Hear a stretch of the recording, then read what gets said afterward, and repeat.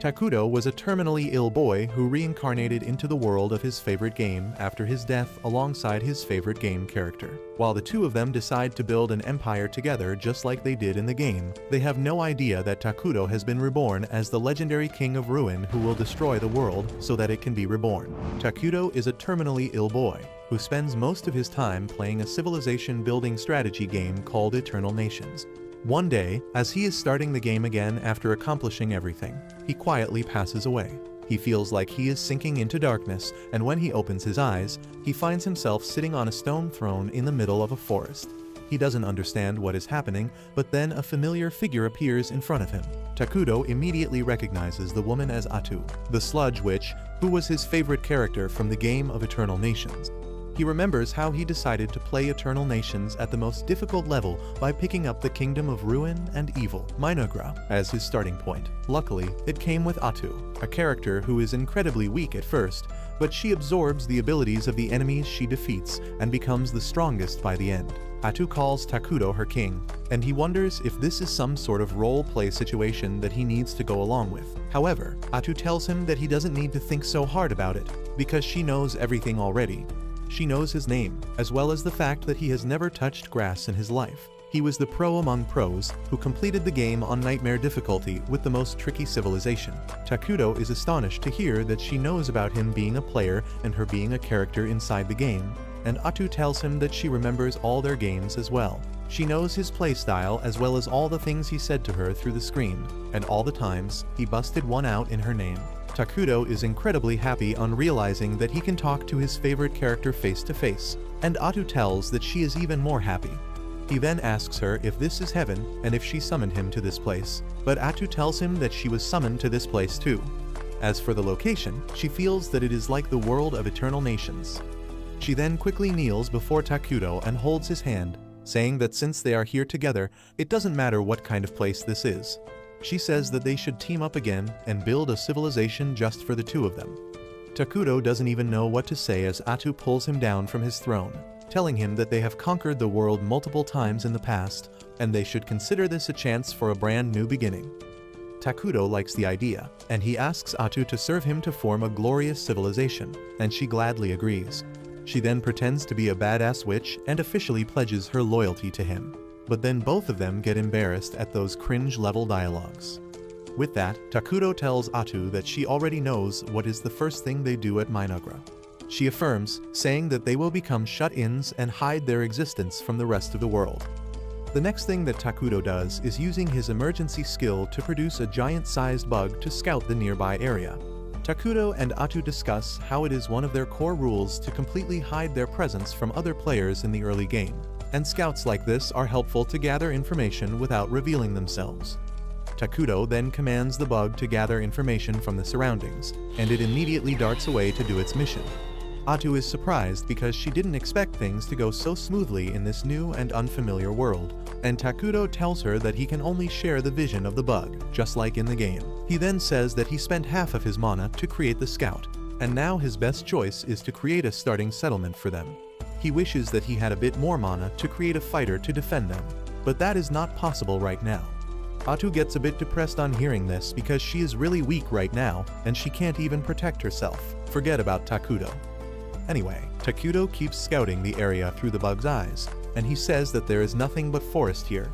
Atu gets sad because she can't help him right now, but he tells her that her presence is good enough for him, and she gets really happy on hearing this. Just then, the bug comes across a group of poor and tired dark elves. Atu says that this is a good news for them because dark elves are a neutral species, though they incline a bit towards the neutral evil side, and their kingdom is also low-key neutral evil. However, this news worries Takudo, who begins wondering if this is really the world of Eternal Nations.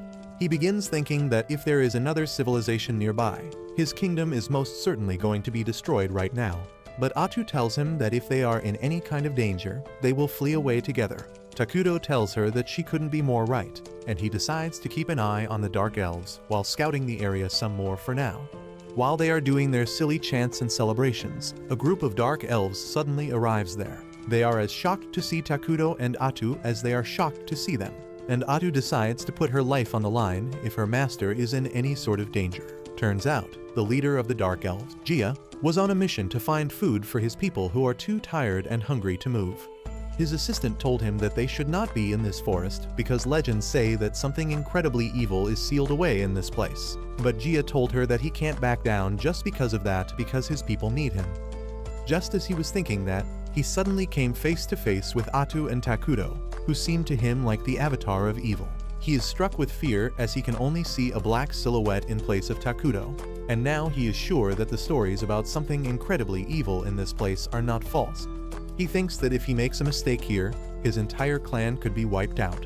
So he quickly kneels before Takudo and introduces himself. His followers do the same, and then Gia apologizes to Takudo for trespassing in his territory.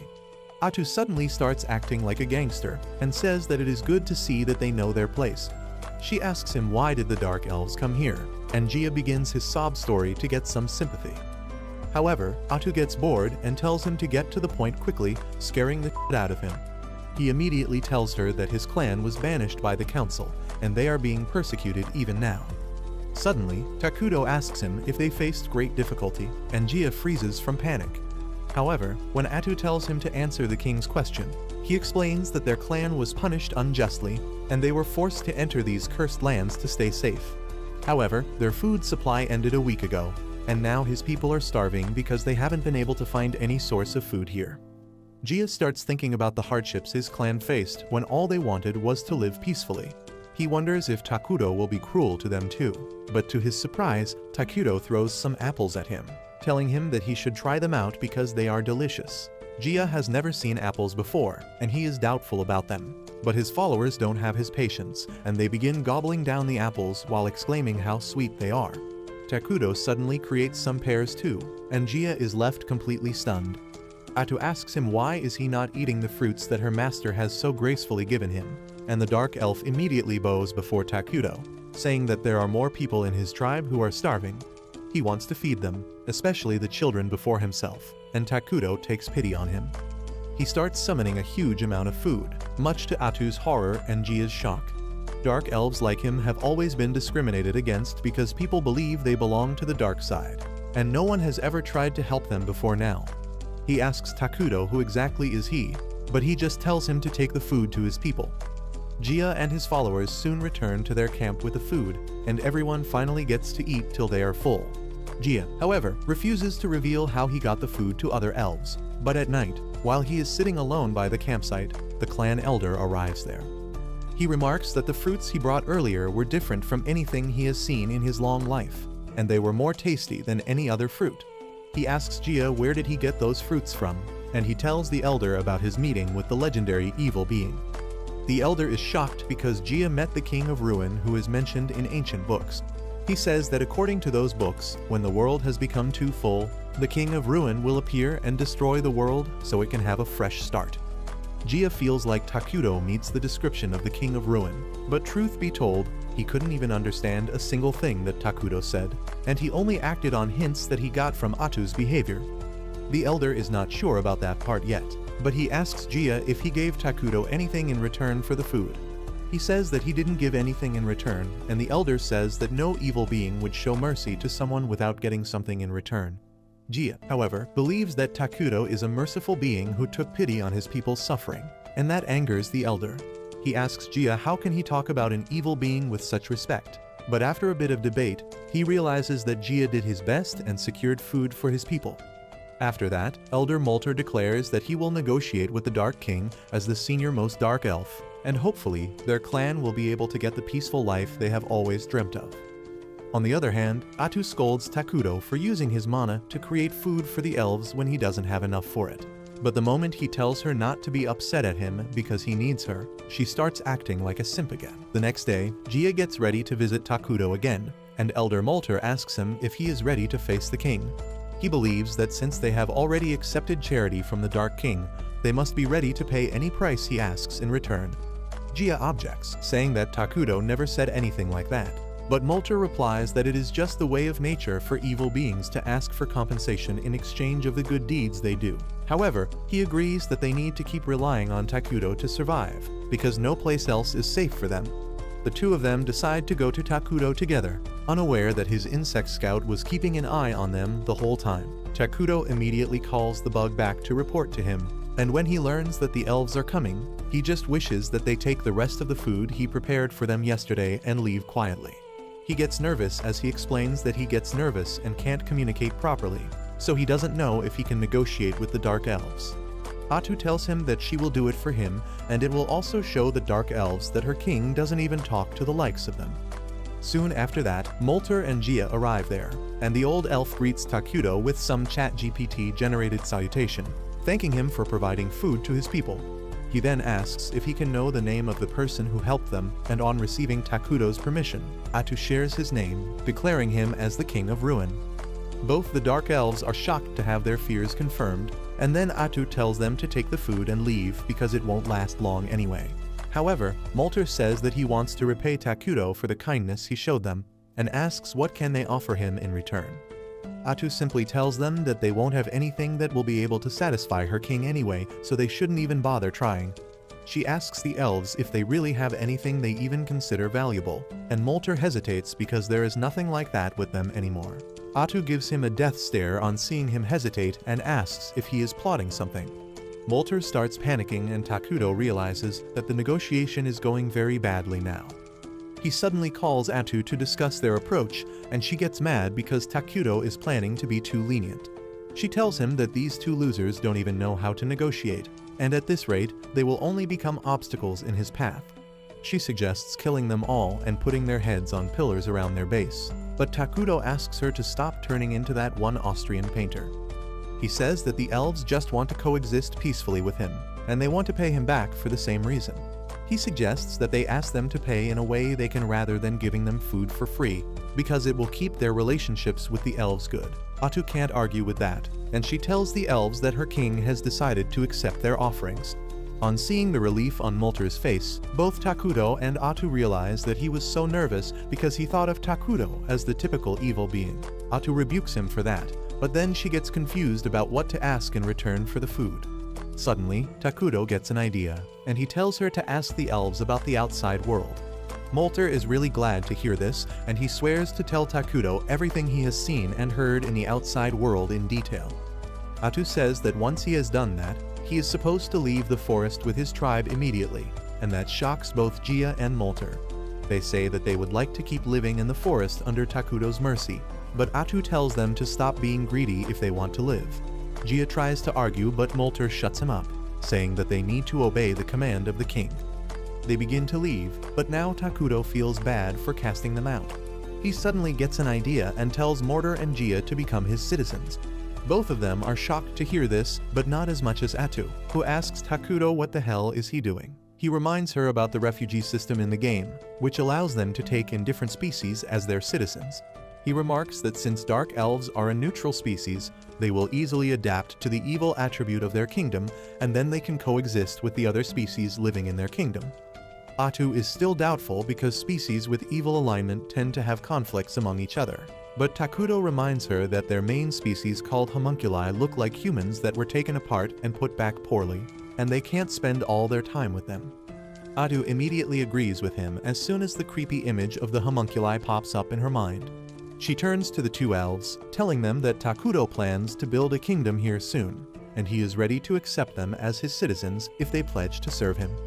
Molter is taken aback at this, and he asks Atu what will happen if they choose to become his citizens, and she makes it clear that they will become evil beings, but she tells them that it is more fun than they think to be evil. Soon after that, Takudo and Atu head to the settlement of the Dark Elves, where everyone is ready to welcome him.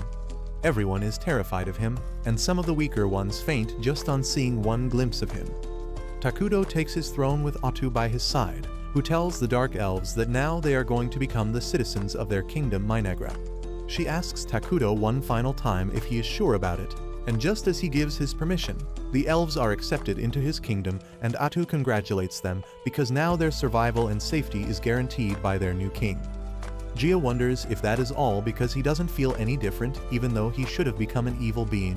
Suddenly, he regrets his words as intense hatred erupts inside him and the other elves. They think about the people who hurt and prosecuted their kind and are filled with the desire to get revenge, and the two normal elves with them are worried about them.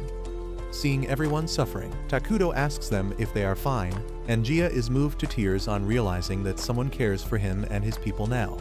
The Dark Elves start cheering on Takudo with tears in their eyes, and he is low-key overwhelmed by this. A few days later, Takudo receives a map of the continent from Molter, and he crashes out just as he sees it. Atu asks him what is wrong, and he tells her to look at the map and see what a shitty starting position they have. They are on a continent where two huge and powerful civilizations are already present. One of them is the Holy Kingdom of Qualia, a nation of humans who worship the god Arlos, and they are a hardcore good alignment civilization. On the other hand, there is Elnan, the alliance of elementals where elves who worship nature live. They are also aligned to the good side, and Atu panics on realizing that if they find their kingdom, they will quickly erase them. She crashes out along with Takudo, but then he calms down, saying that as long as they are not discovered, they can become stronger. He says that in the game, their main species homunculi are really dumb so they can't do much research, but now that they have dark elves, things should be better on that end. Soon after that, the Dark Elves pay him a visit, and this time, Gia has brought along his assistant Emily with him. He tells Takudo that Emily is a smart nerd, who knows a lot of stuff about other kingdoms, so she will definitely help him out more than them. Atu tells them that the king is pleased with their dedication, and then declares that they are going to take up important jobs from now onwards because it is what Takudo wants. First, she assigns Molter the duty to look over the internal affairs of the kingdom, and says that she has high hopes from him because she has learned that he knows magic as well. Next, she makes Gia the head warrior of Minagra and tells him to build up a strong army so that they can defend themselves. She leaves recruiting soldiers into their army entirely to him, and he gets hyped up, saying that he will kill all their enemies and display their heads as trophies, but Takudo is already grossed out. He says that war is barbaric, and Atu tells the confused Gia that their king prefers peace, so he should keep that in mind. This confuses the elf warrior even further as he wonders why would the king of Ruin love peace. Well, Molter taunts Gia, and then immediately gets up, saying that unlike Gia, who only has muscles instead of brain, he will be more helpful. Gia takes this as a challenge, and he tells Takudo that he is young and strong, so he can work more without rest. Atu doesn't realize that they are just competing to get Big Evil Daddy's attention, and she thinks they are workaholics. She asks Takudo if they should give them a mission to collect resources, and he suggests that they should order them to beautify the terrain and create some houses. Atu immediately conveys this to Molter, telling him to gather enough timber to build homes while leaving the forest mostly intact. Molter says that he will immediately get to it because dark elves are forest dwellers originally. Takudo then tells them to reforest the parts they cut out, and this confuses the elves because they haven't heard the term. Takudo realizes that their civilization might not be as advanced as to understand reforesting, so he asks them if they know about military magic or the 6 major elements. Molter says that he only knows about the 4 major elements, and Emily says that she has never heard of any country using military magic. Takudo and Atu realize that this world is much more primitive than they thought, but it is actually a good thing because once they progress their magic technology, they can quickly overtake other nations. Atu then explains that reforesting means growing new trees in place of the ones they cut off, and the Dark Elves say that they do that too, but they can't use magic to grow them quickly. Atu says that reforesting uses the 6 major elements to quickly grow the tree, and she suddenly gives the credit for this discovery to Takudo, even though it is a big fat lie. She keeps glazing Takudo, saying that he created the unique fruits they ate earlier, and how grapes are her favorite. Emily agrees with Atu and says that she tried planting the grape seeds and some plants have already sprouted. This comes as surprising news to Takudo, who didn't think it would be possible to grow anything here. However, he quickly realizes that he could create the fruits from Earth here with magic, which means he might be able to create other things. He tests his theory out by creating a coin, and realizes that he can create gunpowder and other science stuff. In that way, he can advance his civilization much faster than other kingdoms. Meanwhile, in the Holy Kingdom of Qualia, things are starting to stir up as well. Saintess Selena is leading a group of knights to the foothills covered with snow to deal with some monsters that are a threat to the villages nearby. As soon as she sees the goblins running towards her, she points her staff at them, turning them into ash with her holy flame. The holy flame vanishes into the clouds after destroying the monsters, and as sunlight falls on the scorched ground, flowers sprout there. The Knight Captain tells his men that Selina's ability burns evil-natured monsters and creates a flower bed in their place, and she is the reason they have a friendly relationship with the elves. After that, Selina tells the Cardinal that he should send paladins to the south instead, because she recently had an omen about something terrible happening in the Cursed Forest. The Cardinal refuses, saying that the Cursed Forest lies at the farthest end of the continent, and he needs permission from higher-ups to deploy paladins there. Selina threatens to go there herself if he can't send anyone, and though the Cardinal tries to fight back, he backs down and promises to send the soldiers he can personally mobilize. At the same time, Takuto and Atu are busy with developing their territory, starting with building some houses for the Dark Elves. A temporary throne room has already been built around Takuto's throne, and he is eager to hold meetings and conferences with the important citizens of his kingdom. Just then, Molter, Gia and Imle arrive there, and Atu tells them that they should immediately start their first council meeting. However, Imle has a gift for Takuto before the meeting, and it is an outfit that makes him look like a femboy. He is glad to receive the outfit because his clothes were getting dirty, and he thanks the elves for that. However, the elves see no change in his appearance, but they trust Atu when she tells them that Takuto looks great in the outfit they prepared. With that out of the way, she starts the council meeting, but Takuto is too busy fanboying after himself. Atu decides to continue the meeting without him and consult him whenever they need any input, and Takuto is completely fine with that suggestion. As the meeting starts, Molter asks Atu what kind of buildings should they make first. She tells him that they should start with food production facilities, and then pulls out a creepy-looking plant which is going to be their main source of food for now. The elves are grossed out on seeing the plant and ask Atu to explain what exactly is it. She tells them that it is the flesh plant, which is unique to their civilization. She explains that the plant can produce meat which tastes like human flesh, and it is quite nutritious. The elves are taken aback on hearing that, and they say that they don't really eat humans, but Atu tells them that the flesh plant is just for the starting phase, and soon they will have other types of foods available to them. She then says that they must also create storehouses and management sheds along with the farms, and Emily decides to take up that job. After that, Atu moves on to the next item on her agenda, which is research, because acquiring advanced technology is especially important for small nations like theirs. Molter asks her what sort of technology should they focus on, and she tells him that they will research magic technology. Takuto is really excited to see that happen, and Molter says that as a mage, he will do his best to impress him.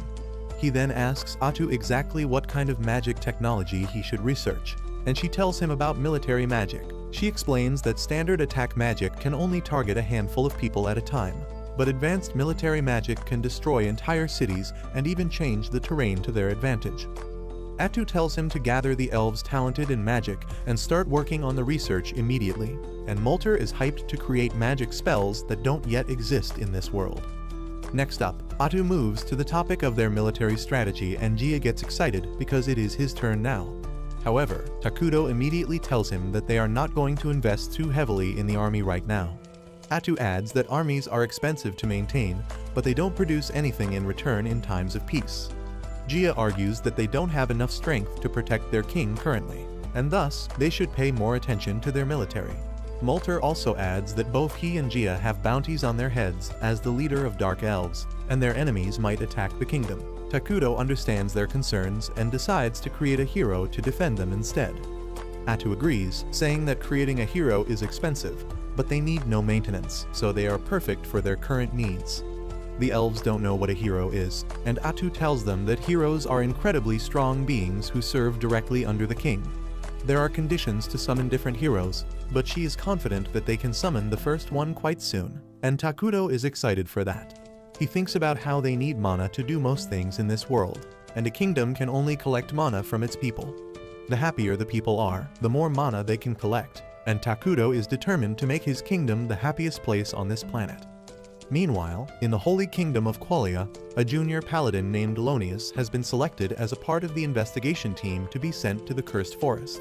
A senior paladin Verdal is also with him, and his favorite way to kill time is to annoy Lonius, who is too straight-laced and formal. Verdal complains that they are sending an awfully small investigation team that involves just 2 paladins and some mercenaries. He says that the church should pay more attention to Selena's prophecy, and Lonius agrees, but he knows that they can't guess what the higher-ups are thinking. He knows that if they succeed, they will be rewarded greatly, but if they fail, all the blame will most definitely fall on his head. Back in Minagra, Takudo inspects the progress of his civilization. He feels nostalgic because he has seen the starting phase of his civilization thousands of times on a screen till now, but this time, he is seeing it up close. Emle gives him a tour, telling him that the Dark Elves specialize in building houses on trees, but the pace of building houses is slow right now because they are focusing on the flesh trees. The flesh trees are growing well though, and the management and storage facilities have also been built. Emily then says that they found a freshwater spring nearby and they are trying to see if they can draw water from it. As for the magic research, Molter and other mages are working hard in the newly formed research building. Takudo is glad to hear all that, and even more so to learn that the elves are taking initiatives like finding water sources. He is really happy that the elves who looked exhausted when they first came here look happy now, and when he tells that to Emily, she starts crying tears of joy. Takudo freaks out on seeing her break down, but Emily soon calms down and resumes the tour. She shows Takudo and Atu to the flesh tree farm, and says that thanks to the tools that Takudo produced, they can expect the first harvest soon. Next, she takes them to the source of water the elves found, but notices that the vibe around the place is completely different this time. The water has turned dark as well, and Emlet is disappointed because she thinks that they can't use it anymore. Before Atu can explain why she is wrong, Molter and Gia also arrive there to see the water source. They agree with Emily that the water doesn't seem usable anymore, but then Atu takes a sip, telling them that it is completely safe to drink. She then explains that this place looks dark and gloomy now because it has become a part of Minagra thanks to a feature called the Cursed Terrain. Takudo asks the elves to take a deep breath, and they suddenly feel their minds clearing up and their bodies filling with energy. Atu explains that Cursed Terrain gives advantage to creatures with evil alignment and imposes penalties on neutral and good alignment beings. Since the Dark Elves are part of Minagra, they are evil beings now, and thus, this water is completely safe for them. Gia verifies that by drinking the water, and then Atu says that soon, the entire forest will be a part of the Cursed Terrain. However, Takudo thinks that it can be a little problematic because the Cursed Terrain stands out too much. Molter agrees, saying that once the entire forest becomes this dark, their enemies can easily spot them. Gia once again suggests creating an army, but both Atu and Takudo assure him that they are going to summon a hero. Molter says that he is still not clear about what a hero is, and Atu decides to teach him through an example.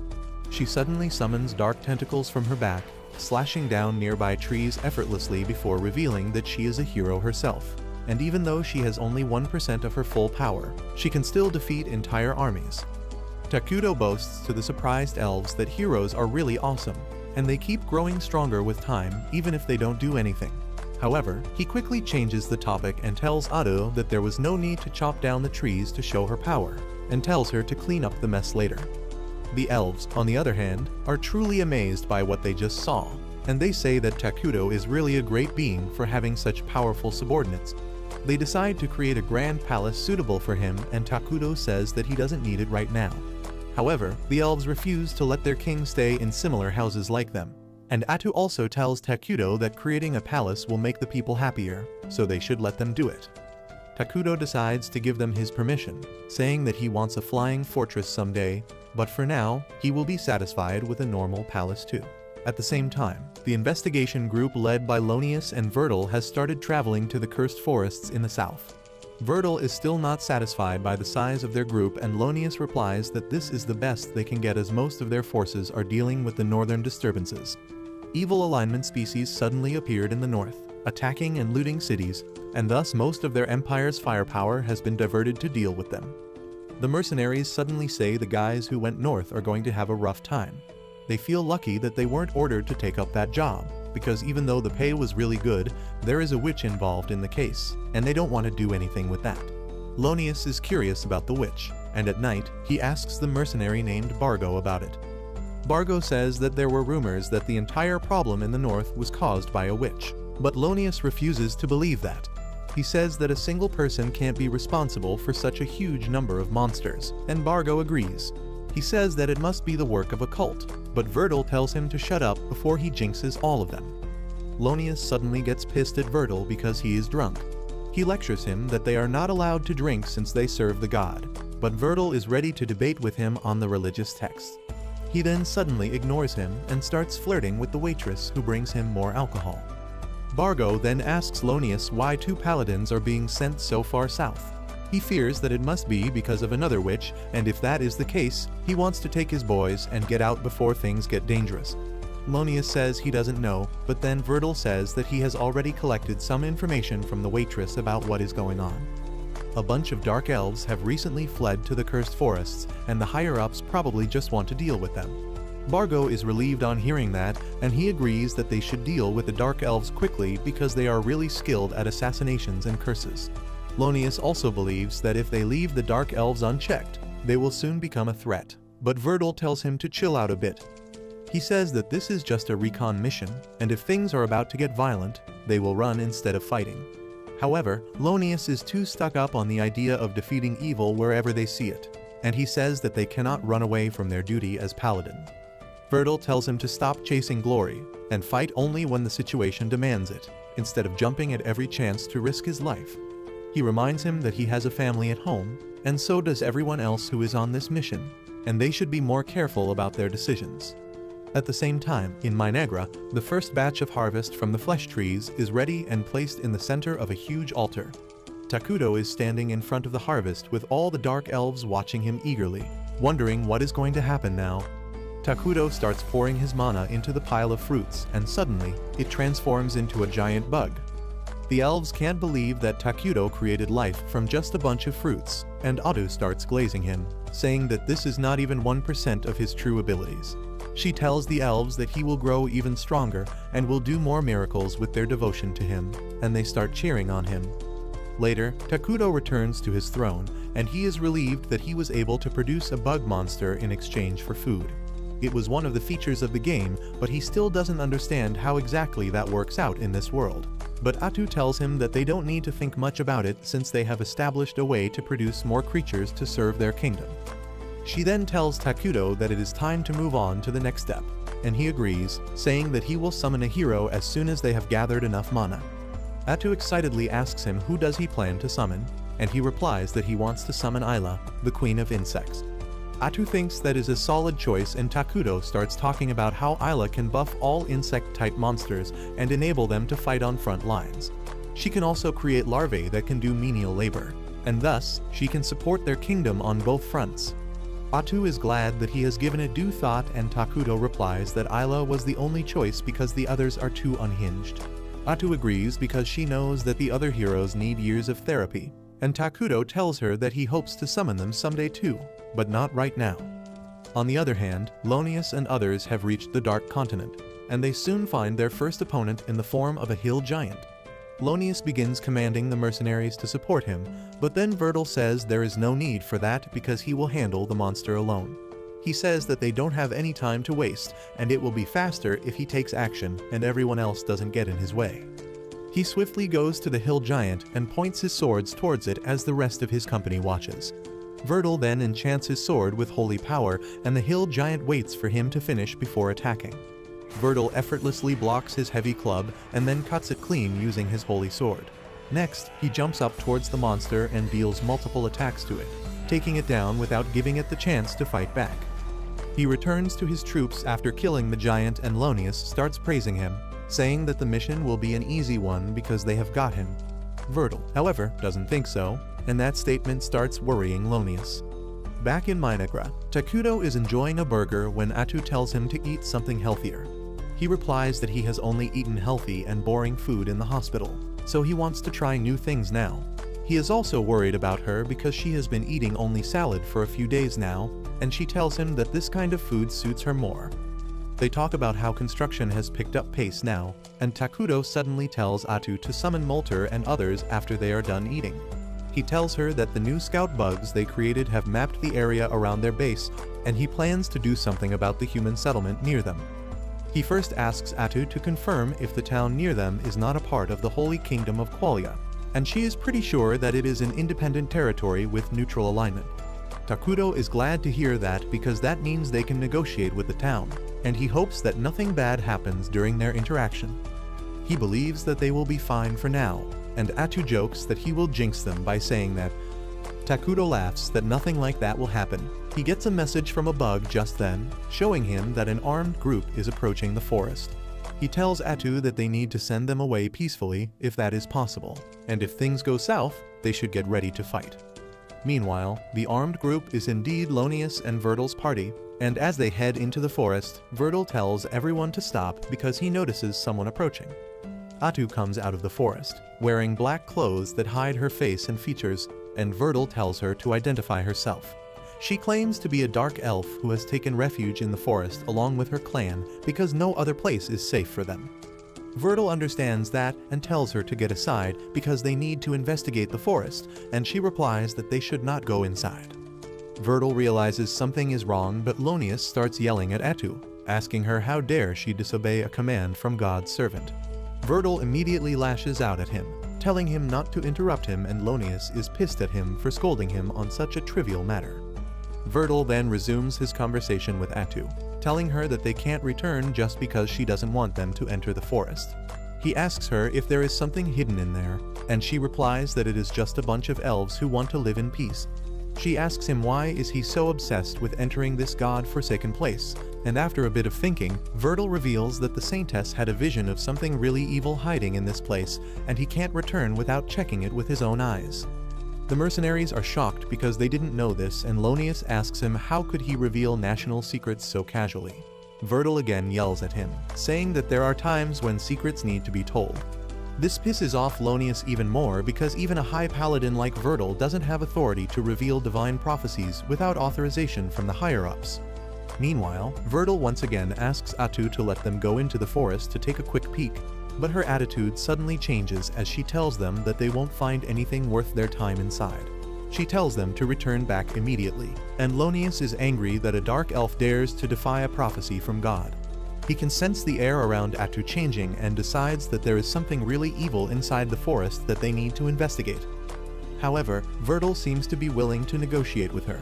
He asks her to swear on God that there is no threat to the holy kingdom of Qualia inside the forest, and Atu swears on her God that they are the ones who are more afraid of Qualia. Vertil is satisfied with that, and he declares that they are retreating. Lonius can't believe this, and he points out that the woman is obviously hiding something. Vertil calls him a faithless coward and tells him to stop projecting his fears onto him. He says that they found nothing, and that concludes their investigation. He begins walking away with that, but Lonius is not going to let him make the decisions anymore.